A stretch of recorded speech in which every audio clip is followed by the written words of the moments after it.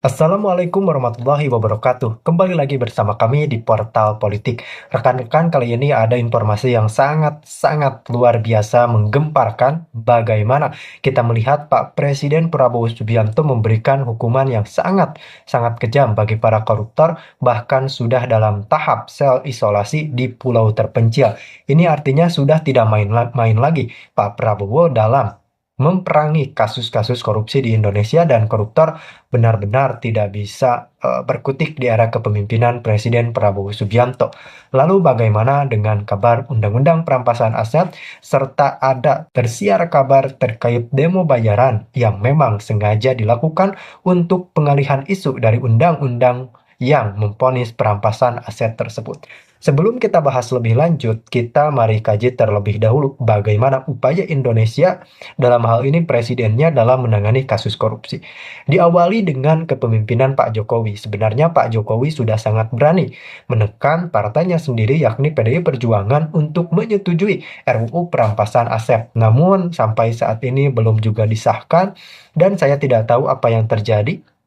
Kenapa Undang-Undang Perampasan Aset begitu lamban untuk disahkan? Lalu kita beralih di era kepemimpinan Presiden Prabowo Subianto. Prabowo Subianto sudah membaca bagaimana retorika yang terjadi.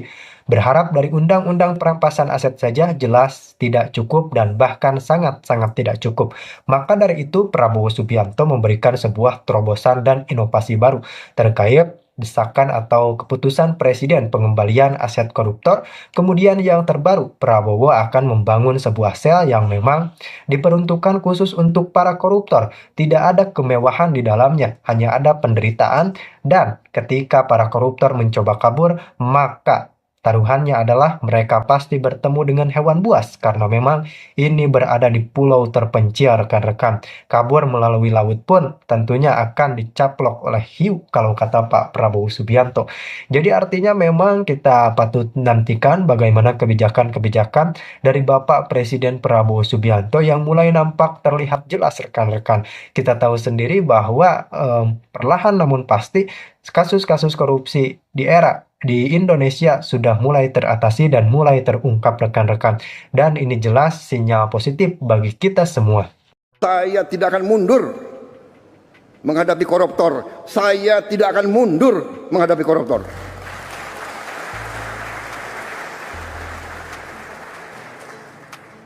Mereka harus mengerti, saya ini siap mati untuk bangsa dan rakyat ini. Saya tidak takut. Mafia manapun saya tidak takut. Apalagi ada Kapolri sama Panglima TNI. Masa kita takut? Apalagi guru-guru akan membantu saya, ya.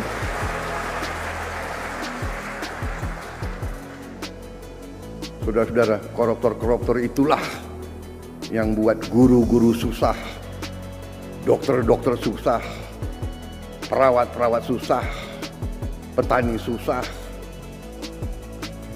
Karena itu, terima kasih dukungan saudara-saudara.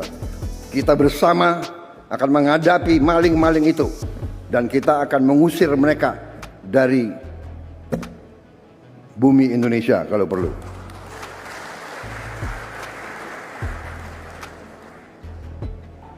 Saya nanti juga akan sisihkan dana, saya akan bikin penjara yang pokoknya sangat kokoh di suatu tempat yang terpencil, mereka nggak bisa keluar malam hari. Kita akan cari pulau, kalau mereka mau keluar biar ketemu sama hiu.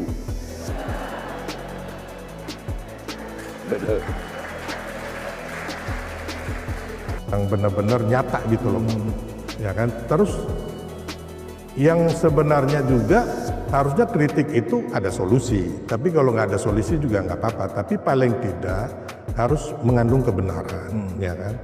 Nah, sekarang ini kan kita harus memberikan rasa optimisme kepada seluruh anak bangsa bahwa kita di bawah pimpinan Pak Prabowo ini ingin Indonesia ini menjadi negara maju, negara yang adil dan sejahtera, kan itu Bang. Makanya kemarin saya walaupun ditawarin sebagai komut Pertamina mengganti Ahok, saya nggak mau karena saya lebih mementingkan menjadi wakil ketua tim kampanye nasional. Karena kita bukan ngomong kepentingan saya, tapi kepentingan bangsa saya, anak cucu saya, Bang. Itu Bang. Jadi kembali lagi, ya ayolah kita bangsa ini bersatu, gitu loh. Jangan kita dibodohi oleh, mohon maaf nih, teman-teman pejabat, ya kan, pemuka agama, politisi, pengamat-pengamat ini yang ingin memecah belah kita, ingin menghancurkan bangsa kita, supaya dia hanya kepentingannya sesaat, mungkin mereka kepentingannya uang, jabatan dan sebagainya, Bang. Tapi kan kita harus melihat yang kedepannya ini kan bukan buat kita juga, Bang, buat anak cucu kita, itu yang penting, gitu Bang. Terus yang kembali lagi mengenai yang Abang tadi kan masih masalah PHK ya, mengenai Sritek yang Abang tadi bilang sekarang ini banyak pengangguran. Itu kalau misalnya Sritek itu aja sekonyong-konyong 10.600 karyawan Sritek di PHK, ditambah keluarga, anggap satu orang itu punya 2 orang saja ya. Sudah hampir sekitar 60 ribuan orang, Bang Sil. Sementara menurut mereka dan sejumlah analis ekonom juga, ini karena kesalahan Pak Jokowi juga lewat menterinya pada saat itu, Menteri Zulkifli. Perdagangan, Iya. Permendak nomor 8 tahun 2024. Ya, jadi gini Bang, kalau mengenai Sritek Bang, jadi Permendak nomor 8 tahun 2024 itu diberlakukan kalau nggak salah Mei 2024. Terus Sritek itu dinyatakan pilot atau bangkrut itu bulan Oktober 2024. Jadi hanya berarti kalau Mei sampai Oktober itu mungkin berkisar 6 bulan ya. Kan nggak mungkin Bang, dalam 6 bulan gara-gara terbitnya Permendak ini Sritek bangkrut. Kalau kita melihat Bang dari teman-teman termasuk orang Sritek sendiri, terus teman-teman pelaku usaha yang lain, memang Sritek ini punya utang yang besar sebelum terjadinya diterbitkannya Permendak. Utang dia itu kalau nggak salah 26,2 triliun. Nah, itu hampir 28 bank Indonesia sama luar negeri lah. Belum lagi lembaga keuangan. Jadi utang yang menumpuk. Jadi sebenarnya kalau menurut saya sih memang selain ya nanti kalau kita bilang salah kelola manajemen, so tahu. Tapi intinya selain itu memang juga ada Bang. Jadi pasar dunia ini dibanjiri oleh produk tekstil dari Cina.